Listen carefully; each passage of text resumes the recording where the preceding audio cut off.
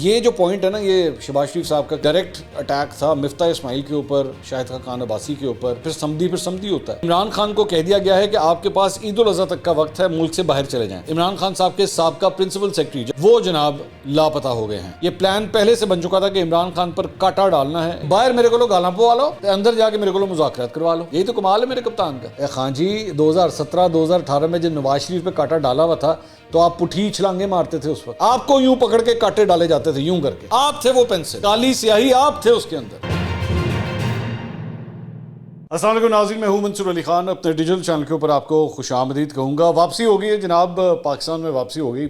عجیب چہمگوئیاں چل رہی تھی کہ جی منصور علی خان پتہ نہیں باہر دبئی کیوں چلے گئے، شاید ہم بھی ملک چھوڑ کے چلے گئے۔ تو ایسی میں نے آپ سے کہا تھا ایسی کوئی بات نہیں ہے، فیملی کے ساتھ صرف ویکیشنز کے لیے میں گیا ہوا تھا۔ اب اپنے اس پرانے اسٹوڈیو کے اندر جو ہے وہ واپسی ہو گئی ہے، لیکن میرا سفر ابھی جاری رہے گا۔ یہ میں آپ کو بتا دوں، میرا اگلا 1 مہینہ لاہور اسلام آباد کے درمیان اپنے پروگرامز کی وجہ سے سفر جو ہے وہ جاری رہے گا۔ تو یہ اسٹوڈیو تبدیل ہوتا رہے گا، لیکن میں رہوں گا پاکستان میں، آپ بے فکر رہیے گا، میں کہیں جا نہیں رہا۔ تو خیر، یہاں سے اب آپ سے دوبارہ ہم کلام ہو رہے ہیں۔ ایک جو سب سے پہلی خبر میں آپ سے ڈسکس کرنا چاہوں گا، ویسے تو اور بھی بڑی انٹرسٹنگ خبریں ہیں، میں واپس آ کے میں نے دیکھا ہے بڑی ہلچل مچی ہوئی ہے۔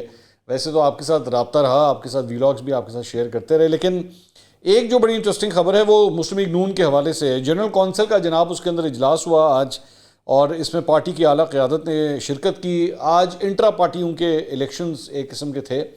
میں ایک قسم کے اس لیے میں کہہ رہا ہوں کیونکہ میرے خیال میں مسلم لیگ نون کے الیکشنز ایک ایسا رزلٹ ہے جو آنکھیں بند کر کے بھی پریڈکٹ کیا جا سکتا ہے کہ جی کون الیکٹ ہوگا۔ پاکستان پیپلز پارٹی کا بھی اور نون لیگ کا، ویسے تو تقریباً ساری جماعتوں کا یہی حال ہے، لیکن ادھر جہاں پہ یہ 2 خاندان ہیں، ان کے والے سے تو بڑی جلدی پریڈکٹ کیا جا سکتا ہے۔ شہباز شریف صاحب 4 سال کے لیے مسلم لیگ نون کے بلا مقابلہ صدر منتخب ہو گئے ہیں۔ مریم نواز صاحبہ جو ہے مسلم لیگ نون کی سینئر نائب صدر اور چیف آرگنائزر منتخب ہو گئی ہیں۔ مسلم لیگ نون کے صدر اوورسیز اور بین الاقوامی امور کے لیے اسحاق ڈار صاحب بلا مقابلہ منتخب ہو گئے ہیں۔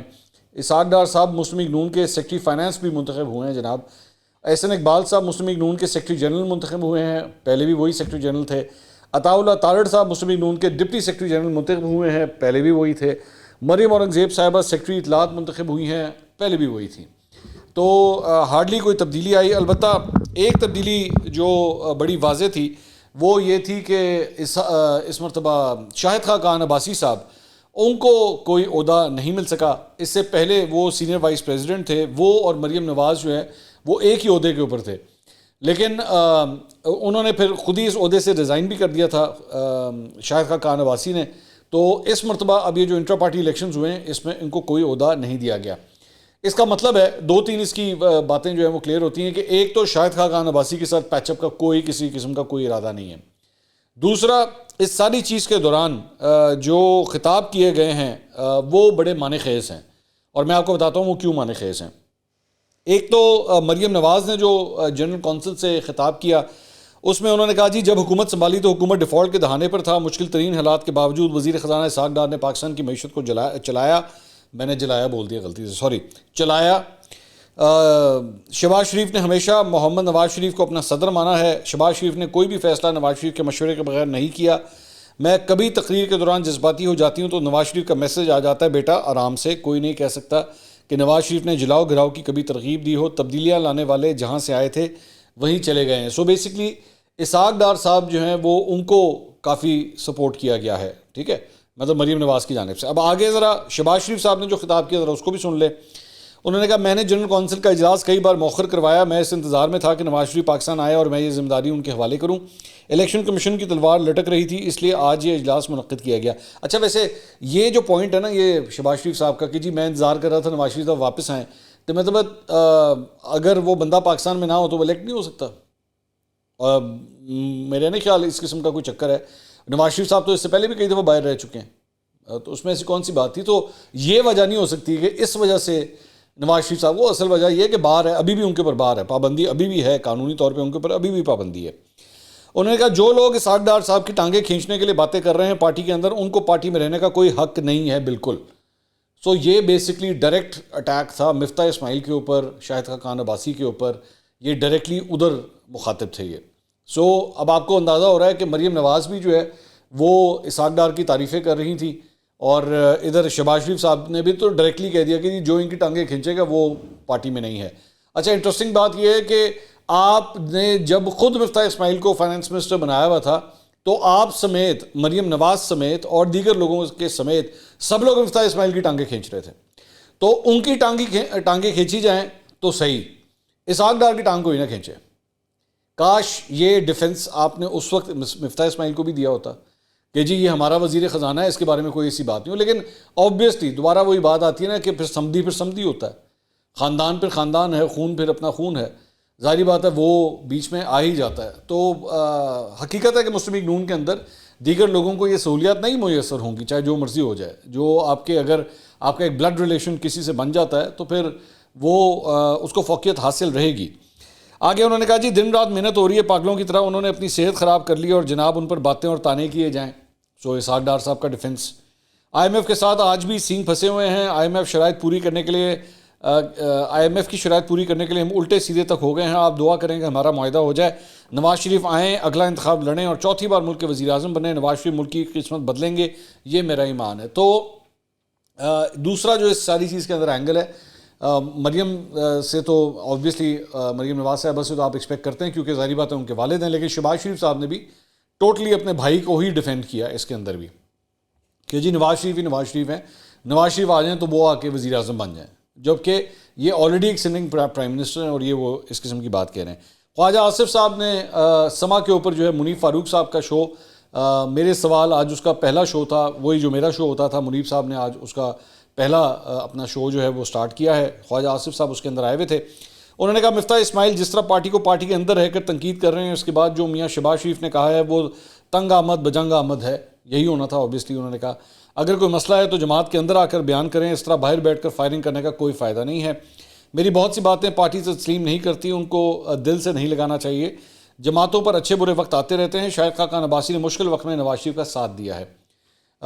بالکل صحیح بات ہے, لیکن اس کے بعد شاہد خاقان عباسی کو مشکل وقت میں عہدہ نہیں دیا گیا. آج مطلب یہ بات ثابت ہو چکی ہے.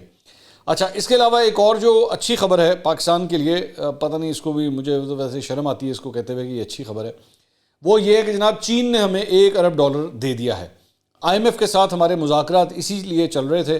اب رات گئے جو ہے اس بات کی کنفرمیشن آئی ہے کہ یہ $1 ارب جو ہے وہ موصول ہو گیا ہے اسٹیٹ بینک کو چین سے, اور یہ مرکزی بینک اکاؤنٹ میں شفٹ ہو چکا ہے.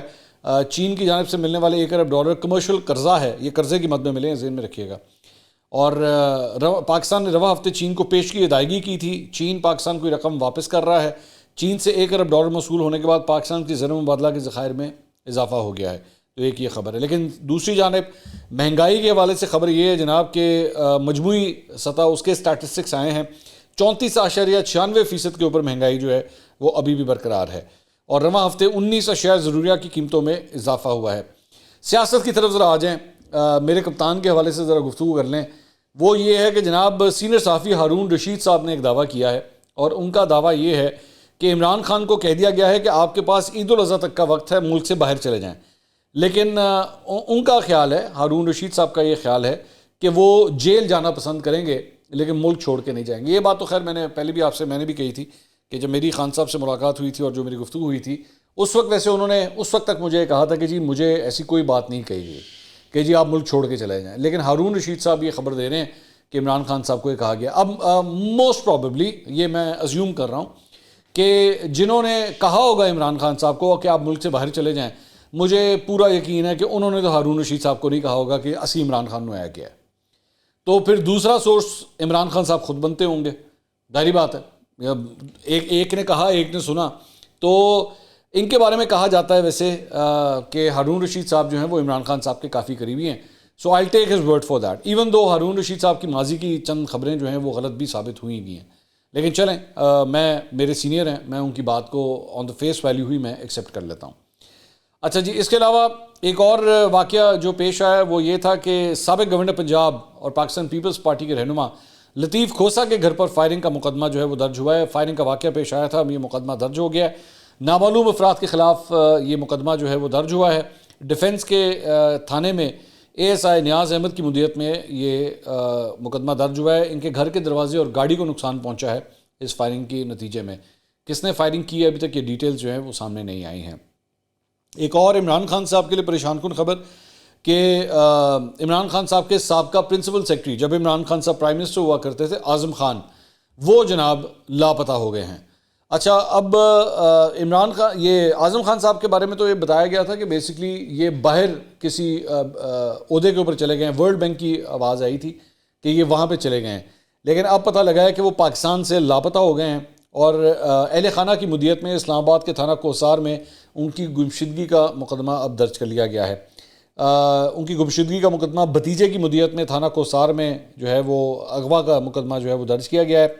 اور یہ اس میں بتایا گیا کہ اعظم خان کل شام کو گھر سے نکلنے کے بعد سے اب تک واپس نہیں آئے، موبائل نمبر بھی ان کا بند ہے اور انہیں تلاش کیا جائے.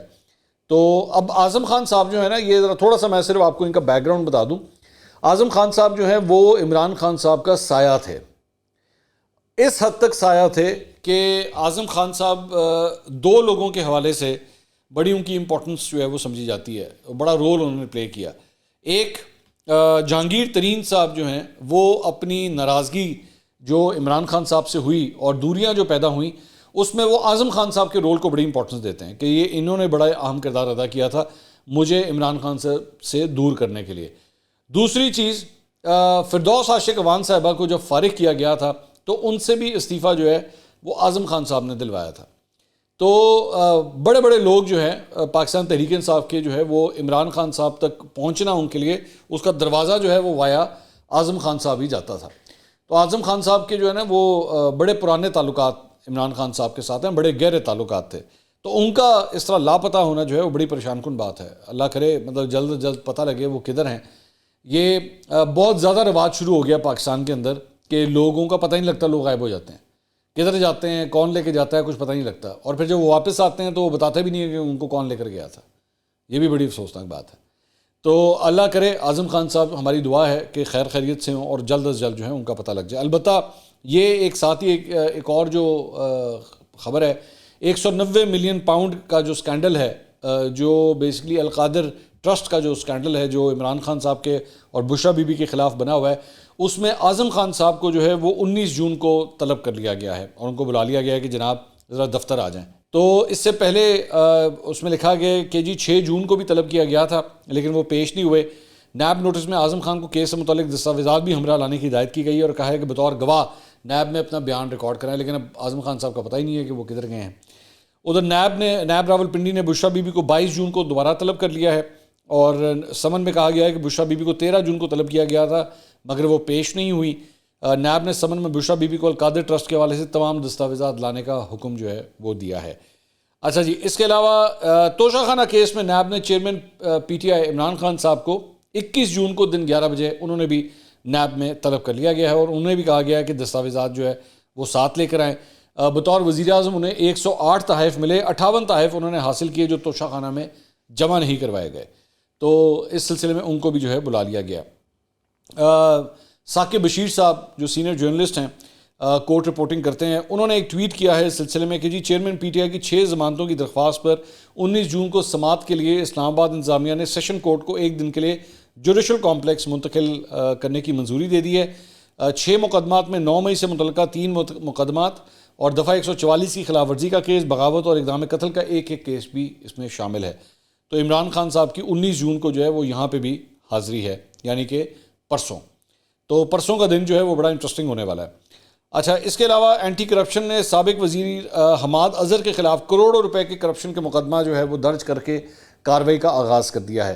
یہ بھی آپ جانتے ہیں حماد اظہر صاحب کتنے قریبی تھے عمران خان صاحب کے. اینٹی کرپشن نے شیخ پورہ میں مقدمہ درج کر کے گرفتاری کے لیے کارروائی شروع کر دی ہے. حماد اظہر کے خلاف درج ایف آئی آر کے مطابق سابق وزیر نے ایفکو اسٹیل ملز کی تعمیر میں کمرشلائزیشن فیسوں کی مد میں سرکاری خزانے کو کروڑوں روپے کا نقصان پہنچایا. بالکل اسی طرح کے کیسز جو ہے وہ نون لیگ کے رہنماؤں کے خلاف بھی ایگزیکٹلی اسی طرح ہی بنا کرتے تھے. تو بالکل وہی ہسٹری جو ہے نا جسے کہتے ہیں وہ اپنے آپ کو ریپیٹ کر رہی ہے، بالکل اسی طرح ہی ریپیٹ کر رہی ہے. اچھا جی، اس کے علاوہ ایک اور خبر یہ ہے کہ جناب نبیل گبول صاحب نے ایک ٹویٹ کیا. ایک ٹویٹ کی کہانی جو ہے وہ میں آپ کے ساتھ شیئر کرنا چاہتا ہوں. فردوس عاشق اوان سے متعلق انہوں نے ایک ٹویٹ کیا. انہوں نے کہا جی مائی فرینڈ جے کے ٹی، جہانگیر ترین سے مخاطب ہوتے ہوئے انہوں نے کہا please tell her not to use Sialkot makeup powder your information secretary looks like a dinosaur. When she speaks, wherever she goes, the party is doomed, so be careful. یہ انہوں نے فردوس عاشق اوان صاحبہ کے حوالے سے لکھا.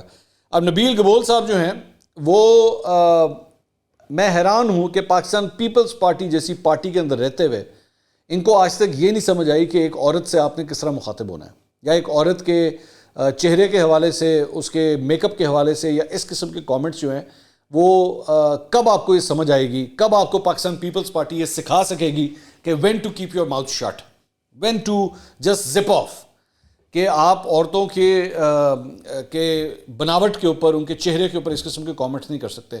اینڈ نوئنگ, سب سے بڑی بات یہ نوئنگ کہ فردوس عاشق اوان ایک ایسی خاتون ہے جو خود پیپلز پارٹی میں رہ چکی ہوئی ہیں, تو چلیں اسی بات کا لحاظ کر لیتے, اسی بات کا تھوڑا سا لحاظ کر لیتے. لیکن وہی یہ بیسکلی یہ فیوڈل مائنڈ سیٹ ہے, یہی وہ فیوڈل مائنڈ سیٹ ہے. نبیل گبول جیسے لوگ ہو گئے, وہ علی امین گنڈاپور جیسے لوگ ہو گئے, یہ جمشید دستی جیسے لوگ ہو گئے. یہ ہے وہ فیوڈل مائنڈ سیٹ جو ہماری اس سیاست کی جان نہیں چھوڑتا, جو ان لوگوں کو یہ سکھاتا نہیں ہے کہ عورت کی عزت کس طرح کرنی ہے.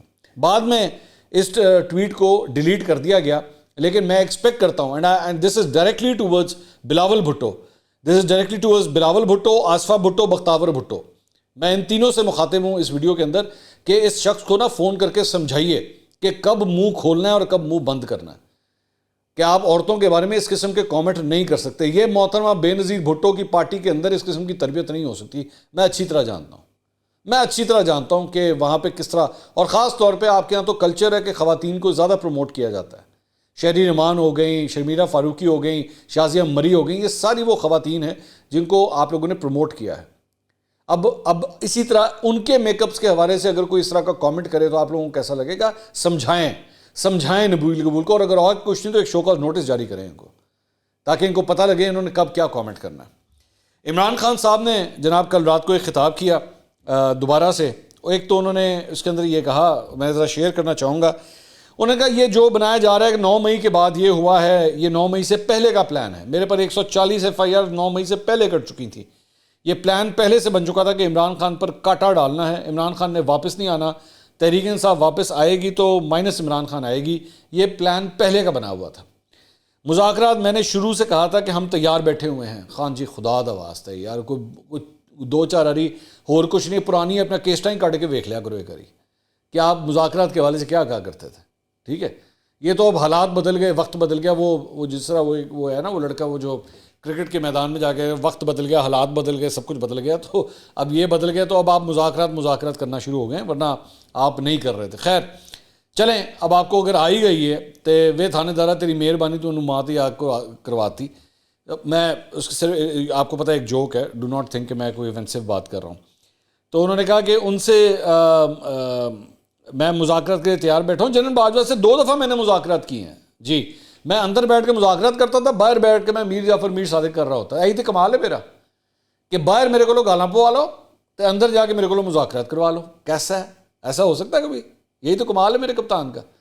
کپتان نا جب سٹیج پہ کھڑا ہوتا ہے نا, جب ڈائس کے سامنے کھڑا ہوتا ہے تو کپتان بالکل مختلف ہوتا ہے, لیکن کپتان جب بند کمرے کے اندر جاتا ہے نا تو کپتان بالکل مختلف ہوتا ہے. یہی تو کمال ہے. انہوں نے کہا کہ جی ٹیم بنائی ہوئی تھی جو ان سے مذاکرات کرتی تھی صرف یہ کہنے کے لیے کہ آپ سب سے بڑی جماعت پر کاٹا ڈال دیتے ہیں تو جمہوریت پر آپ کاٹا ڈال دیتے ہیں. ہم تو اس لیے مذاکرات کرتے تھے کہ آپ بتائیں کہ آپ کا کیا روڈ میپ ہے. ٹھیک ہے, وہ کہتے ہیں جی میں تو پوری طرح تیار بیٹھا تھا. جب جنرل باجوہ گیا, کیا دن آ گئے یار, جب جنرل باجوہ گیا, ٹھیک ہے, ایک جگہ انہیں کو قوم کا باپ کہا جاتا تھا, عرب کہتے ہیں جنرل باجوہ گیا. اس کے بعد پھر مذاکرات کی پوری کوشش کی, ہمیشہ پیغام پہنچائے, کوئی جواب نہیں آیا, کیونکہ وہاں وہی پالیسی چل رہی تھی, وہی کاٹا ڈالا ہوا تھا. خان جی 2017-2018 میں جب نواز شریف پہ کاٹا ڈالا ہوا تھا تو آپ پٹھی چھلانگیں مارتے تھے اس وقت ہیں. اس وقت تو آپ کی لڈیاں نہیں ختم ہوتی تھیں. اس وقت تو ہے تاڑے جن جیالے ہے نے بہ کے اسٹیج پہ کھڑے ہو کے جب آئے گا عمران, یاد ہے یہ گانے گاتے تھے. اس وقت کاٹا نہیں نظر آ رہا تھا کہ یار نواز شریف پہ کاٹا ڈال رہے ہیں, یار یہ جمہوریت کے ساتھ کیا کر رہے ہیں. اس وقت نظر نہیں آتا تھا. نہیں ڈلنا چاہیے کاٹا, چاہے نواز شریف ہو چاہے آپ کے اوپر, کاٹا نہیں ڈلنا چاہیے. کاٹا جس نے ڈالنا ہے وہ ہے پاکستان کی عوام. وہ جس کو مرضی ووٹ دے, وہ آپ کو ووٹ دے, نواز شریف کو ووٹ دے. لیکن مجھے آپ سے اتنی بھی ہمدردی نہیں ہوتی. اس کی وجہ یہ کہ کانٹے ڈلوانے والوں کے اندر پینسل آپ تھے. آپ کو یوں پکڑ کے کانٹے ڈالے جاتے تھے, یوں کر کے. آپ تھے وہ پینسل, کالی سیاہی آپ تھے اس کے اندر. آپ کے ذریعے لوگوں پہ کانٹے ڈلوائے گئے. اینو نہیں آن دینا, اینو بھی نہیں آن دینا, اے مریم نو بھی کاٹ دیو, شہباز شریف نو بھی کاٹ دیو, نواز شریف نو بھی کاٹ دیو, ڈالو ان کو نیب کے اندر. مسئلہ یہ ہے, آپ اس سارے فساد میں ایک پورے اپنے حصہ ڈال چکے ہیں پاکستان کی تاریخ میں. جب بھی یہ تاریخ لکھی جائے گی تو آپ کا یہ رول جو ہے وہ لکھا جائے گا کہ آپ نے کیا رول ادا کیا تھا. آج آپ کو خود وہ ہیٹ محسوس ہو رہی ہے کہ یہ کتنا غیر جمہوری کام ہو رہا ہے, کیونکہ آج آپ کے ساتھ ہو رہا ہے. خیر, اگلی ویڈیو میں دوبارہ ملاقات ہوگی. اللہ حافظ.